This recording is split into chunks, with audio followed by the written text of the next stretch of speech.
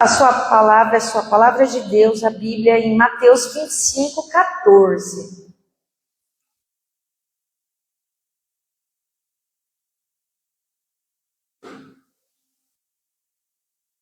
Mateus 25, 14. Nessa manhã nós vamos iniciar com a segunda prova, a prova da fidelidade. Todo aquele que é chamado para servir, ele vai passar por algumas provas, ele vai passar por alguns momentos em sua vida da caminhada cristã, para que ele entenda, ele compreenda o que é servir ao reino de Deus, como é servir esse reino. E a segunda prova é a prova da fidelidade. Repita comigo, fidelidade. A fidelidade e a lealdade são virtudes mais importantes em um servo de Deus, junto com a obediência, e torna um homem e uma mulher grande aos olhos de Deus. Eu ser fiel e eu ser leal. Em Mateus 25, 14 diz o seguinte: porque isto é também como um homem que, partindo para fora da terra, chamou seus servos e entregou-lhes seus bens. Então esse homem, ele confiou aos seus servos os seus bens. O Senhor confia em mim e confia em ti. E o Senhor confiou o seu bem mais precioso, que são vidas, que são almas, que são os nossos próximos. E deu 5 talentos. Repita comigo, 5. E a outro deu 2. Repita comigo, 2. E a outro 1. Repita comigo, 1. Cada um segundo a sua capacidade. E ausentou-se logo para longe. E tendo ele partido, o que recebera 5 talentos, negociou com eles e granjeou outros 5 talentos. Da mesma sorte, o que recebera 2, granjeou também outros 2. Mas o que recebera 1, foi e cavou na terra e escondeu o dinheiro do seu senhor. E muito tempo depois veio o senhor daqueles servos e fez contas com eles. Então aproximou o que recebera 5 talentos e trouxe outros 5 talentos, dizendo: Senhor, entregaste-me 5 talentos, e eis aqui outros 5 talentos que granjeei com eles. E o Senhor lhe disse: bem está, servo bom e fiel. Sobre o pouco foste fiel, e sobre o muito te colocarei. Entra no gozo do teu Senhor. E chegando também o que recebera 2 talentos, disse: Senhor, entregaste-me 2 talentos, e eis que eu granjeei outros 2 talentos. E disse ao seu Senhor: bem está, servo bom e fiel. Sobre o pouco foste fiel, sobre o muito te colocarei. Entra no gozo do seu Senhor. Mas chegando também o que recebera 1 talento, disse: Senhor, eu conhecia-te, que és um homem duro, que ceifas onde não semeaste, e ajuntas onde não espalhaste. E atemorizado, escondi na terra o teu talento. Aqui tens o que é teu. Respondendo, pois, o Senhor disse: mau e negligente servos, sabia que ceifo onde não semeei e ajunto onde não espalhei? Devias ter dado o meu dinheiro aos banqueiros, e que quando eu viesse, recebia o meu com juros. Tirai-lhe, pois, o talento e dai ao que tem 10 talentos. Pois qualquer que tiver será dado, e o que terá em abundância, mas ao que não tiver, até o que tem lhe será tirado. Lançai, pois, o servo inútil nas trevas exteriores, ali haverá ranger, pranto e ranger de dentes. Amém? Então nós vemos que o seguinte: havia um servo, havia um senhor.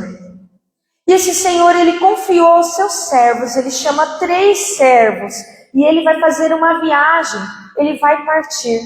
E ele chama seus 3 servos e confia os seus servos. O que ele confia aos seus servos? Ele confia dinheiro, ele confia talentos, ele confia aos seus servos o que ele tem. E diz que ele reparte aos seus servos segundo a sua capacidade. Então a primeira coisa, ele chama o primeiro e entrega 5 talentos àquele primeiro. Depois ele chama o segundo homem e ele entrega 2 talentos. E aí ele chama esse terceiro servo e ele entrega apenas 1. Nós temos que entender que o Senhor vai desenvolver, o Senhor vai trabalhar em nós, segundo a nossa capacidade. O Senhor, Ele sabe a minha capacidade e a sua capacidade.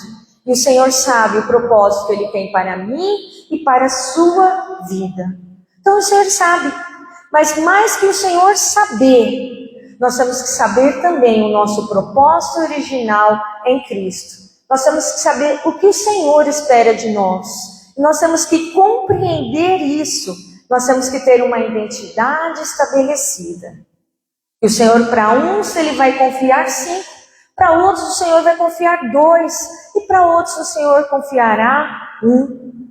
E eu tenho que saber, se eu sou essa pessoa que eu recebi 5, amém, o Senhor a mim me confiou muito.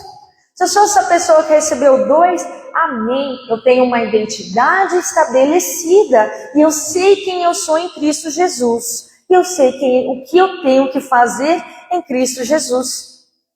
Se a mim o Senhor me chamou e Ele me confiou 1, eu tenho que ter uma identidade estabelecida, que a mim o Senhor confiou 1. Amém? Então a primeira coisa, o Senhor confia a mim e confia a ti.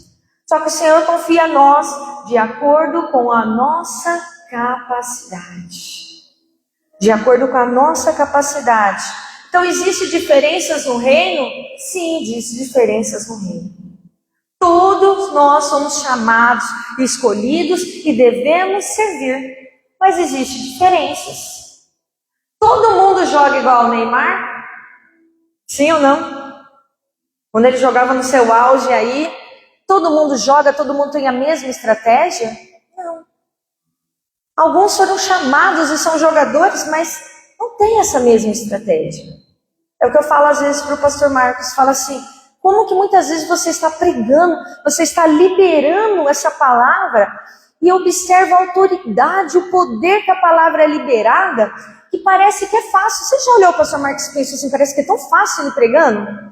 Porque as palavras começam a sair da boca dele de uma forma tão contínua. E eu falo assim para ele assim, para eu falar eu tenho que pensar tanto para falar muitas vezes, mas quando eu vejo ele pregando eu falo, há uma autoridade, há um domínio, há um espírito, há uma capacidade, há talentos, há dons, e a palavra é tão liberada. E às vezes ele fala também, não é tão fácil assim, mas para nós parece que é tão fácil. Então eu quero dizer para você que o Senhor Ele chamou, e para uns Ele entrega 5, para outros Ele entrega 2, e para outros Ele entrega 1, segundo a nossa capacidade.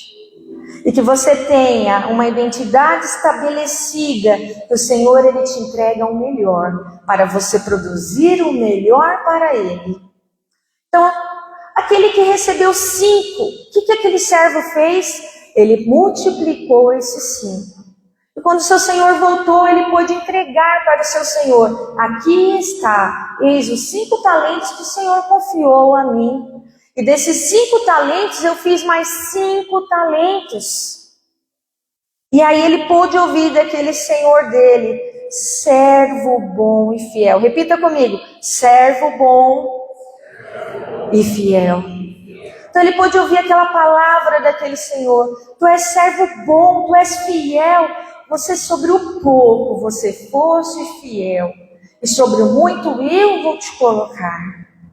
E aí aquele servo que entregou 2 talentos. Aquele servo foi confiado 2 talentos. Ele chega ao seu Senhor e ele apresenta outros 2 talentos. E ele pôde ouvir de igual maneira, servo bom e fiel.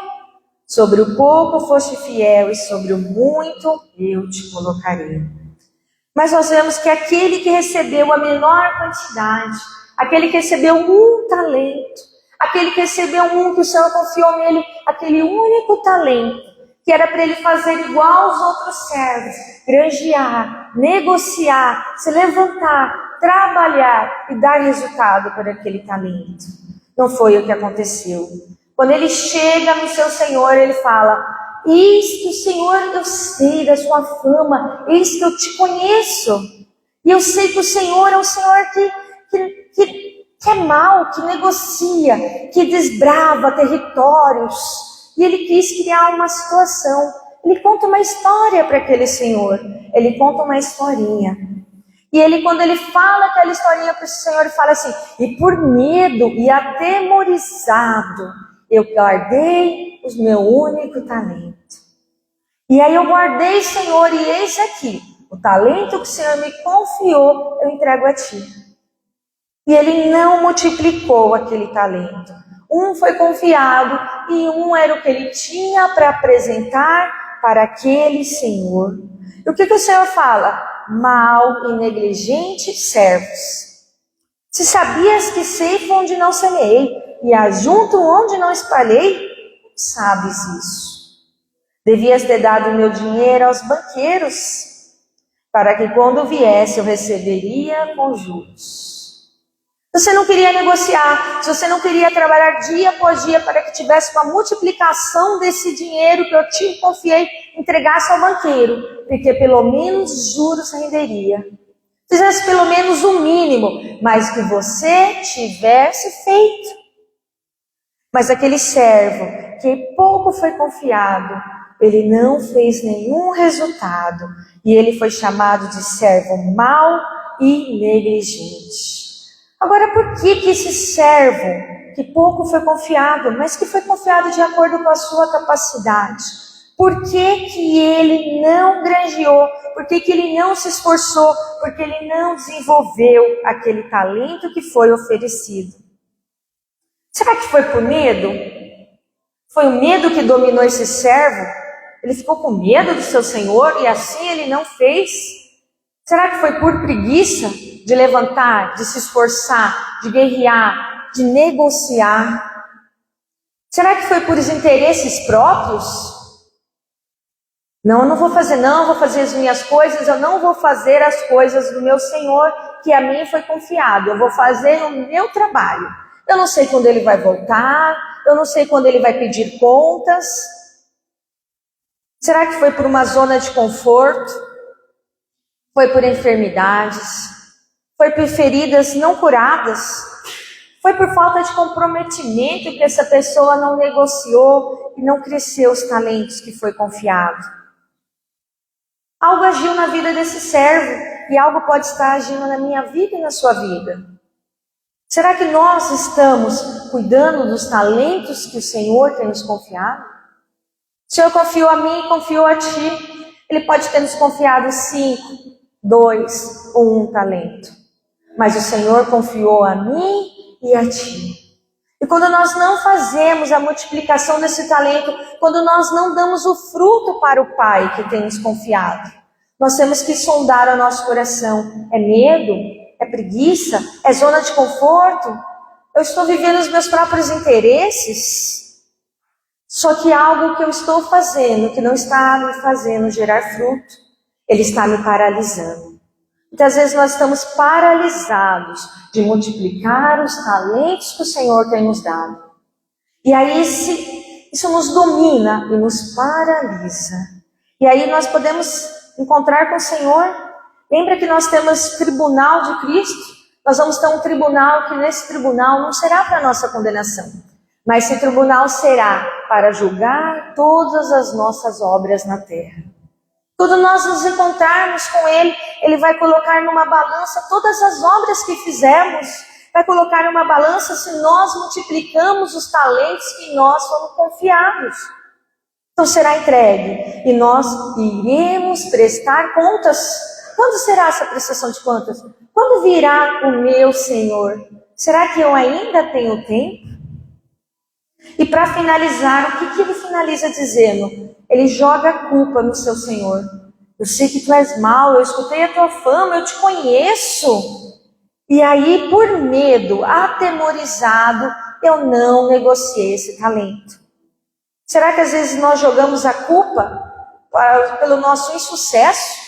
Pela nossa falta de frutificar o nosso próximo? É o pastor. Porque o pastor exige tudo no mínimo detalhe, o pastor é exigente. Então eu não consigo fazer da maneira que ele quer. Então eu não consigo produzir, eu não dou fruto. Será que é o pai? Será que é a mãe? Será que é o esposo? A esposa? Será que é o governador? O governante do nosso país, que nós culpamos ele? A culpa é do Estado? A culpa é do nosso político? É do nosso presidente? Por isso que a minha vida está assim? Por isso que eu não cresço? Será que a culpa é do seu pastor? Será que é os valores das faculdades? Que é a culpa? Qual é a culpa? O que você tem jogado? O que você tem falado? Qual historinha nós temos contado para nós mesmos e temos nos enganados para não sermos frutíferos? O Senhor confiou a uns 5, a outros 2 e a outro 1. E disse: ide, negociai, ide, dar fruto. Ide, fazei frutífero, ide, trazei resultados. E ele disse: lançai, pois, o servo inútil nas trevas exteriores, ali haverá pranto e ranger de dente. Esse é o resultado, este é o fim daquele que não é frutífero, daquele que não negocia os talentos que o Senhor o confiou. Jesus destaca 2 coisas nesse versículo. Ele chama de bom servo aquele que serve a Deus e ao seu povo com a intenção correta. Tudo que esse servo fez, ele faz ao Senhor e não para si mesmo. Mas também ele chama de servo fiel. Isso é o que nós vamos falar nesse primeiro momento aqui. Servo fiel, a prova de ser servo bom e fiel. Então, o que é esse servo fiel? Ele é aquela pessoa que faz um trabalho contínuo. Fala comigo, contínuo. Sem desmaiar. Fala comigo, sem desmaiar. Que é confiável. Pode falar comigo, que é confiável. Aquele que não deixa inacabada a tarefa que lhe foi confiado.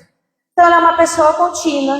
Ele permanece fazendo e fazendo a obra, dia após dia. Esse é um servo fiel.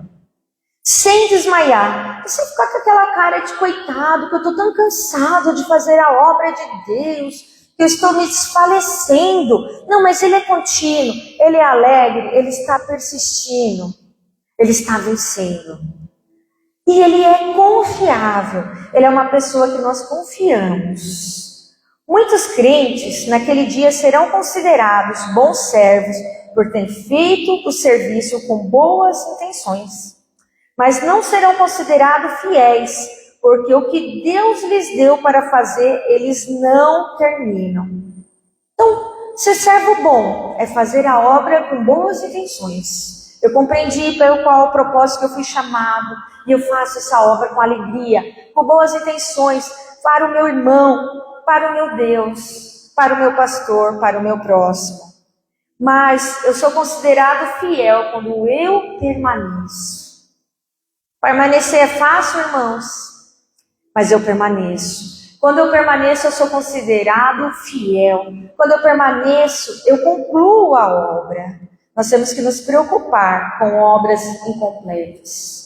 Nós temos que nos preocupar com deixarmos obras inacabadas. E esse servo bom e fiel é aquele que faz com boas intenções, mas aquele que permanece. Aquele que permanece até concluir a boa e perfeita obra para o qual foi chamado.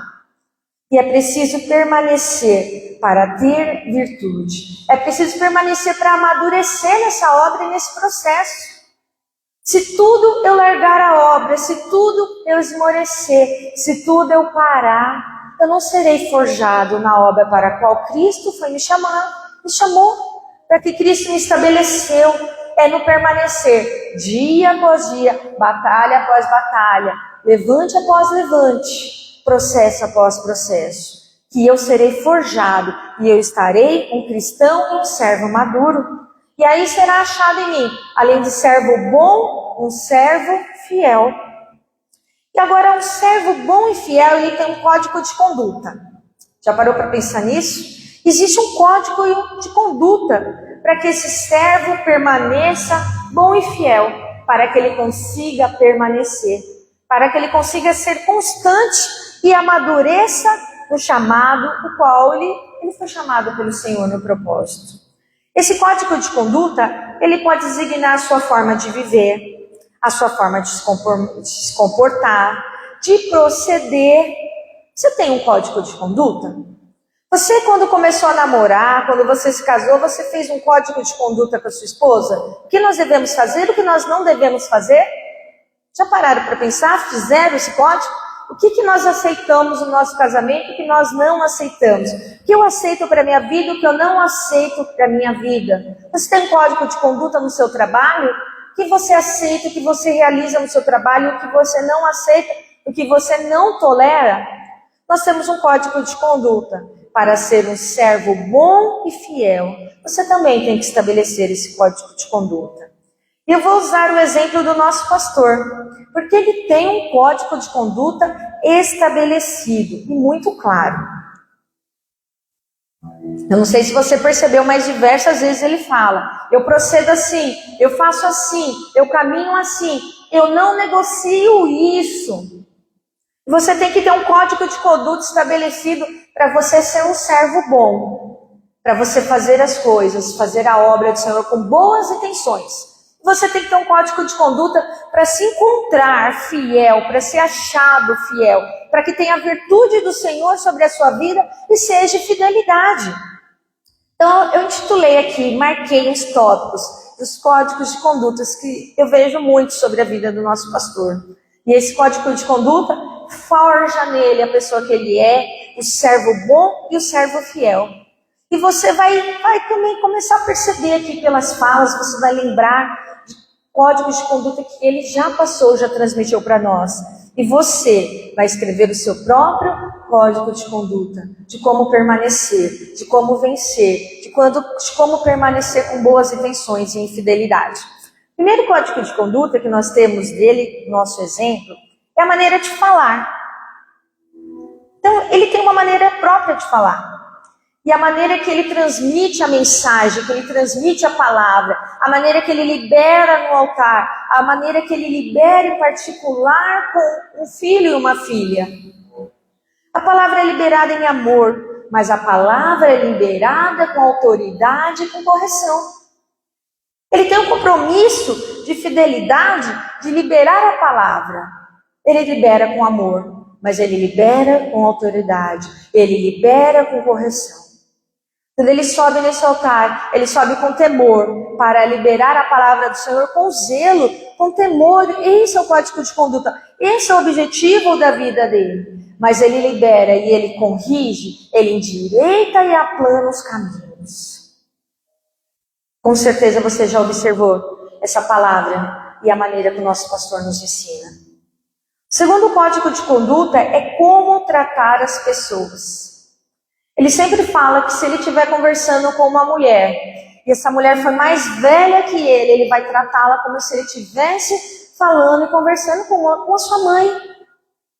O respeito que ele vai direcionar a essa mulher, ele vai direcionar como se ele estivesse falando com a sua mãe.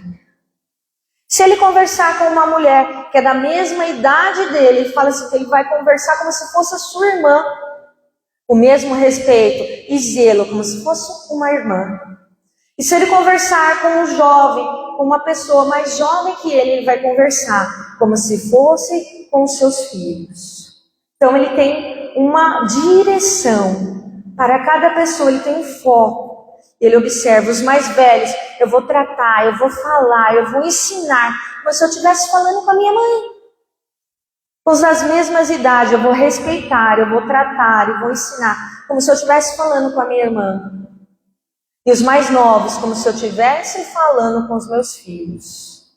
Então há uma direção de como eu tratar as pessoas, de como eu conduzir um diálogo, de como eu ensinar, de como eu curar. E essa é a direção do nosso pastor. Nós sabemos que o nosso pastor tem um código de conduta que é: eu não faço jamais a obra de qualquer jeito. Eu não faço uma obra de palha. Então ele tem o código de conduta dele de ser servo bom e fiel, de manter as intenções e de permanecer fiel, eu vou determinar tudo que eu vou fazer do início ao fim, como eu vou começar um projeto, como eu vou caminhar um projeto e como eu vou terminar um projeto. E aí ele permanece em sua fidelidade e não termina, e não deixa um projeto por incompleto, porque ele não faz buscando fogo de palha, mas sim pedras preciosas, ouro e prata. Outro código de conduta do nosso pastor é não ficar sozinho com mulher. Então, se ele vai orientar uma mulher, ou ele orienta aqui na frente, não é assim? Todo mundo já viu, amém? Ou ele orienta uma pessoa, uma mulher aqui na frente. Se ele tiver que falar, trazer uma palavra para uma mulher em particular, então eu estarei junto, não é assim? Sempre está a Carla junto, sentadinha lá também, partilhando daquele momento de cura, de transformação, de restauração naquela vida. Mas ele nunca faz um aconselhamento a uma mulher sozinha. Isso é algo muito importante para o ministério de um pastor. Isso é algo muito importante, é algo que não pode ser negociável. Não tem como negociar. E ele não negocia. O que ele fala? Se a Carla não está hoje aqui, eu não vou poder te atender, não posso. Eu tenho que conversar com você máximo aqui, rápido aqui na frente. Não é dessa maneira? A minha esposa não está. Eu não posso negociar. Eu sou servo bom e eu permaneço fiel. Então nós não podemos negociar. E isso para nós é tão natural. Então eu não converso com uma mulher sozinha, eu não dou carona para uma mulher sozinha, eu não abro a porta do meu carro e falo assim, vem cá, irmã, senta aqui, irmã querida. Vem, eu vou te levar até a sua casa. Não é dessa maneira. Esses dias eu estava falando com uma professora lá no trabalho e a gente estava falando sobre isso, sobre carona, né? E aí eu peguei e ainda falei para ela, eu escolhi esse local de trabalho porque eu sabia que eu ia sempre ter uma carona para ir embora. Porque é um lugar afastado, para voltar para o centro, todo mundo quase tem que fazer o mesmo caminho. E aí eu falei para ela, sabia que eu ia encontrar uma professora que ia me dar uma carona para ir embora. E aí eu falei assim, e aí não sei o que a gente estava conversando, e aí eu peguei e falei assim, tinha que ser uma professora, porque eu não ando com homem em carro. Mesmo que um professor esteja parado, eu parada no ponto de ônibus, ele ia ficar assim, entra aqui, Carla, eu vou te dar uma carona. Eu não posso aceitar. E aí ela regalou os olhos, e eu falei assim, sim, lá em casa é dessa maneira que funciona, é o nosso código de conduta do casal. É dessa maneira que funciona. E eu não dou carona para ninguém, ele não dá carona para ninguém, e eu não aceito carona de ninguém. O professor ia falar assim, vem Carla aqui, eu vou te deixar lá na esquina. Eu ia falar assim, não, muito obrigada, eu vou esperar a van. É dessa maneira que funciona. Eu não negocio, eu permaneço na minha fidelidade até o fim. E o pastor não negocia. Outro propósito que o pastor tem no seu código de conduta é não aceitar ninguém falar mal de um líder. Ele não aceita. Ele não permanece em roda que está falando mal do pastor. O pastor da igreja tal aconteceu isso. O pastor fez isso. Ele não aceita, ele não negocia. Ele não aceita em roda de conversa, ele não aceita em rede social, ele evita entrar nessas discussões, ele não aceita. Porque ele sabe o peso de falar de um homem de Deus. Ele sabe o peso de falar de uma outra pessoa. Então ele põe no seu coração que isso ele não faz, que isso ele não negocia, que isso não tem. Ele sabe o preço de uma pessoa que fala mal. Então ele não entra em roda de conversa. Ele muitas vezes ele fala, olha, melhor não falar sobre isso. Ele tenta silenciar. Se não dá, ele vai levantar e ele vai sair. Mas ele não entra em rodas escarnecedores. Ele não entra para julgar outro líder, outra liderança. Então é um dos propósitos. E você, irmão, você, irmã, vai fazer o seu código de conduta para ser um bom servo e fiel. Outro código de conduta, não sei se você percebeu, mas creio que sim. O pastor ele não conversa com ninguém antes do início da mensagem. É algo que ele tem feito há muito tempo. Para o que, irmãos? Para não contaminar a mensagem. Então, ele não conversa, ele não vai te atender, ele está passando no corredor, você vai querer chamar ele para falar alguma coisa, ele vai falar o quê? Depois que terminar a mensagem, depois que a mensagem for liberada, depois que a palavra for liberada. E eu tive que aprender isso e aprendi na marra às vezes. Às vezes eu chegava na igreja, acontecia alguma coisa na igreja, eu ia lá, ô Marcos, aconteceu isso, olha, acabou a pilha, eu não sei, não tem água. Imagine você falar isso para a pessoa que vai subir no púlpito para transmitir a palavra de Deus. Você já dá um problema para essa pessoa.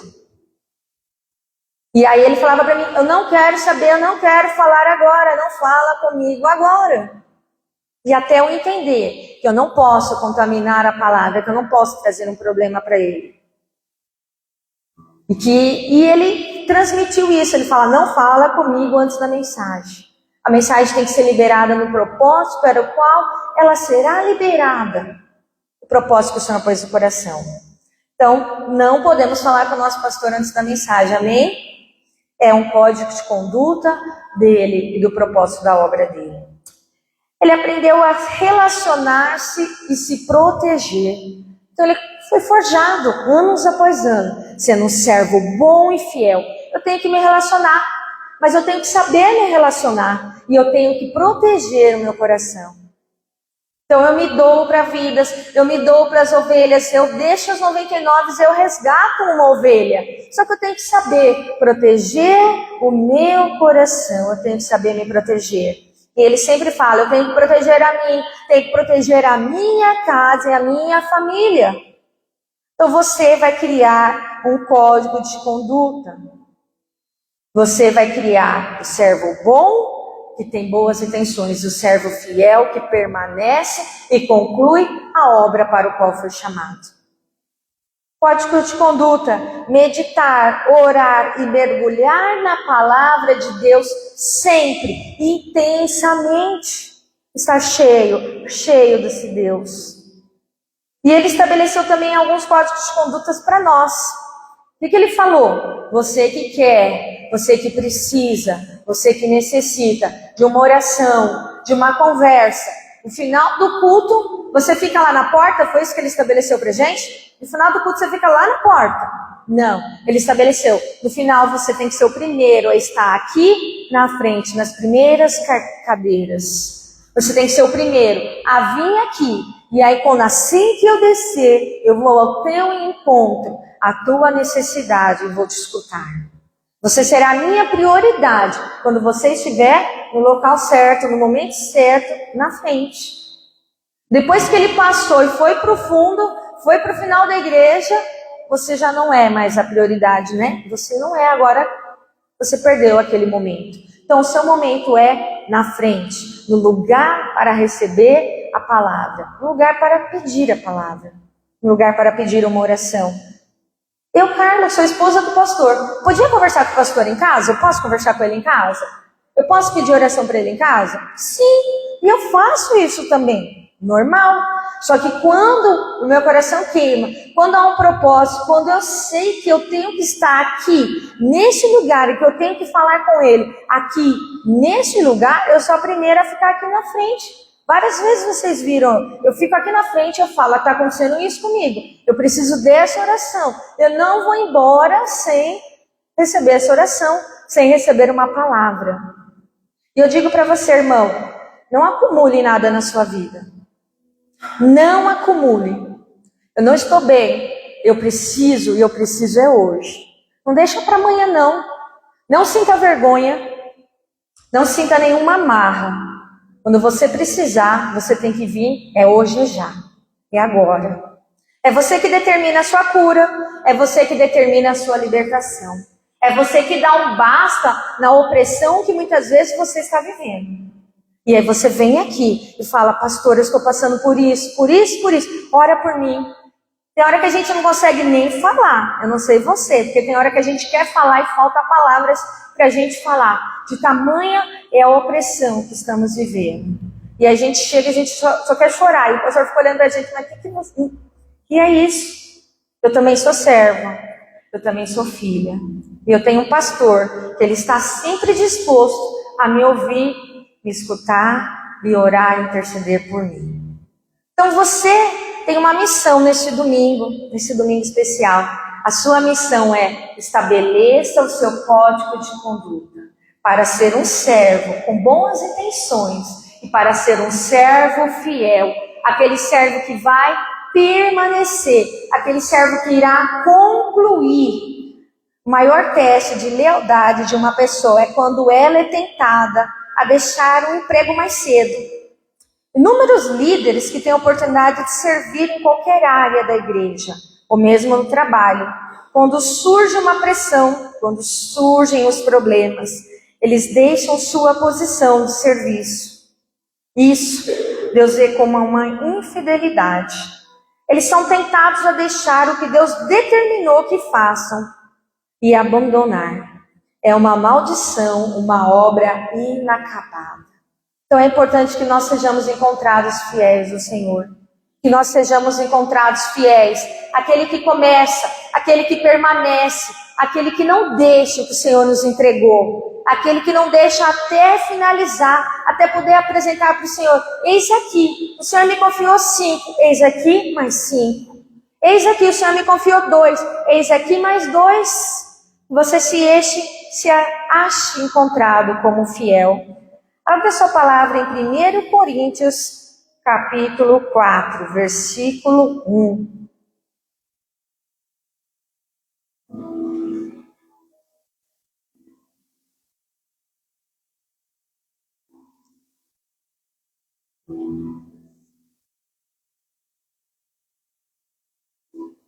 Uma obra inacabada é uma maldição, irmãos. O Senhor confiou a mim e a ti, e o Senhor quer ver o meu fruto e os teus frutos. Portanto, sejamos homens, servos de Cristo e administradores dos mistérios de Deus. Vou ler novamente. Portanto, sejamos homens, servos de Cristo e administradores dos mistérios de Deus. A palavra fiel no versículo significa pistos em grego, que significa alguém digno de credibilidade, alguém verdadeiro, alguém que se pode confiar. Aquele que tem a palavra e cumpre tudo o que promete. A fidelidade e a obediência são as maiores virtudes que Deus procura em um homem e uma mulher para usá-los. É a minha fidelidade, é a sua fidelidade, é a minha obediência e a tua obediência que o Senhor procura para nos usar. Sabe qual foi o principal dom de José? Sabe aquele José? O José que é filho de Raquel e de Jacó. O José que era filho. O José que era irmão. Aquele José que os irmãos cavaram um poço lá, um buraco, e jogaram ele. Esse José que foi vendido por escravo, se tornou escravo e servo do seu senhor no Egito. Aquele José que foi denunciado, difamado e foi preso. Aquele José que teve um sonho, que falou sobre o sonho, que decifrou o sonho de Faraó. E aquele José que se tornou governador. Sabe qual é o principal dom de José? Foi a fidelidade. Em todos os lugares que ele passou, ele permaneceu fiel a Deus e ao propósito que o Senhor tinha para ele. Ele carregou no seu coração esse propósito. Ele carregou no seu coração esse fiel. Em todas as circunstâncias que ele passou, ele sabia que era só uma etapa, que ele deveria permanecer. Que ele deveria permanecer, que o Senhor estava forjando ele e havia um propósito. Fazer a obra pode ter dias bons, como pode não ter dias bons. Pode ter coisas que concordamos e amamos e gostamos, como pode ter coisas que não concordamos. E nós temos que ser fiel e permanecer em fidelidade. E o principal dom da vida de José foi a fidelidade. E olhar para o alvo, e olhar para o propósito para o qual ele foi chamado. Em Lucas 19, 11, abra comigo. Lucas 19, 11.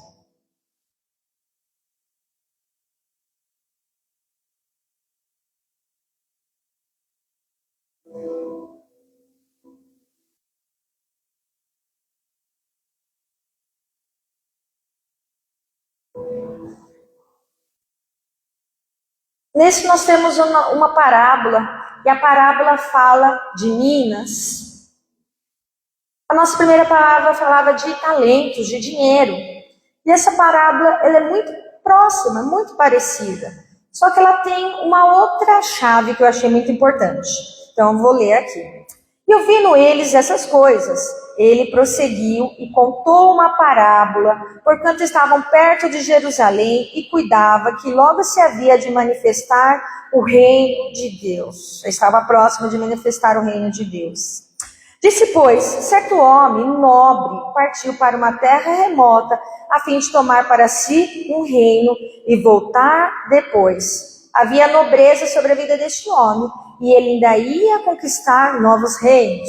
E chamando 10 servos seus, deu 10 minas, e disse, negociai até que eu venha. Mas os seus concidadãos odiavam-no, e mandaram após ele embaixadores, dizendo, não queremos que este reine sobre nós. E aconteceu que, voltando ele, depois de ter tomado o reino, de ter conquistado, disse que lhes chamassem aqueles servos, a quem tinha dado o dinheiro, para saber o que cada um tinha ganhado e negociado. E o primeiro dizendo, Senhor, a tua mina rendeu 10 minas. E ele lhe disse, bem-estar, servo bom, porque no mínimo fosse fiel, sobre 10 cidades terá autoridade. A palavra aqui, sobre 10 cidades terá autoridade. A autoridade vem pelo servir, lembra? A autoridade vem pelo trabalhar. A autoridade vem quando eu me dedico. A autoridade é entregue a mim e a ti. A autoridade.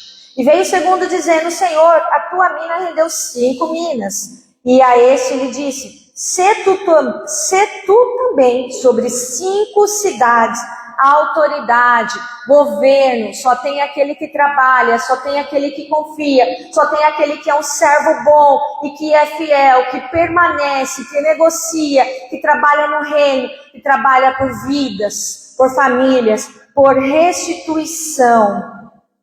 E veio outro, Senhor, aqui estás a tua mina, que guardei em um lenço, porque tive medo de ti. Olha novamente o medo, olha novamente o temor, olha novamente as historinhas. Que és um homem rigoroso, que tomas o que não puseste, que cega onde não semeaste. Porém ele disse, mau servo, pela tua boca te julgarei. Então esse é o resultado daquele que não trabalha, daquele que não negocia, daquele que se engana, conta as historinhas para si e para o próximo. A fidelidade começa em nós, e nós concluímos as etapas e nós permanecermos. Hoje nós estamos na terceira aula do curso. Sou chamados para servir. Há um propósito para a minha vida e para a tua vida. Então nós temos que permanecer. Então, como eu permaneço? Eu permaneço passando pelas etapas. Quais são as etapas? Nós, aqui da nossa igreja, da Fonte de Vida de São Mateus, nós concluímos, nós estamos fazendo etapas. E as etapas são todos os cursos que é oferecidos para você. Eu aceito Cristo como meu Salvador, eu confio nesse Deus. E aí, depois disso, eu começo a realizar cursos, eu começo a me aprimorar, eu começo a mergulhar nas palavras, na palavra do Senhor. E a primeira etapa pareceu uma fidelidade para eu permanecer, é eu compreender a palavra, eu buscar essa palavra. Então a primeira etapa que eu e você temos que fazer, irmãos, é fazer os cursos que nos são dados, que nos são oferecidos. É aproveitar toda e qualquer oportunidade para crescer na palavra, para permanecer em Cristo. E aí, os cursos que a igreja oferece. Então você tem que permanecer em todos os cursos. E permanecer em todos os projetos, estar presente, estar firme, caminhando, buscando. Você é fiel a Deus? Uma pergunta para você. Eu sou fiel a Deus? Você é fiel ao seu cônjuge? Você é fiel ao seu pastor? Você consegue permanecer em fidelidade? Você é fiel aos seus princípios? Você não negocia? Todo fiel verá os frutos. Todo fiel verá a recompensa do seu trabalho. Todo fiel verá a colheita. Todo fiel verá o crescimento da obra de Deus. Todo aquele que o Senhor confiou 5, 2, e que viu veio ao Senhor e falou: Senhor, eis que o Senhor me confiou. Eu entendo o que o Senhor planejou sobre a minha vida. Eis aqui, Senhor. O Senhor me confiou 5, eis 5. O Senhor me confiou 2 e eu fiz o melhor que eu podia, de acordo com a minha capacidade. Eu não tive medo, Senhor. Eu desbravei, eu permaneci constante. Eu amei aquele irmão, eu orei pelo aquele irmão, eu intercedi por aquele irmão. E aí, Senhor, eis aqui os frutos. Feche seus olhos. Nós vamos ouvir a música Dai-me Filhos. E você, nesse momento, você vai interceder. Você vai falar com o Senhor. Dai-me filhos, Senhor, dai-me frutos. Ah, Senhor, confia a mim, confia.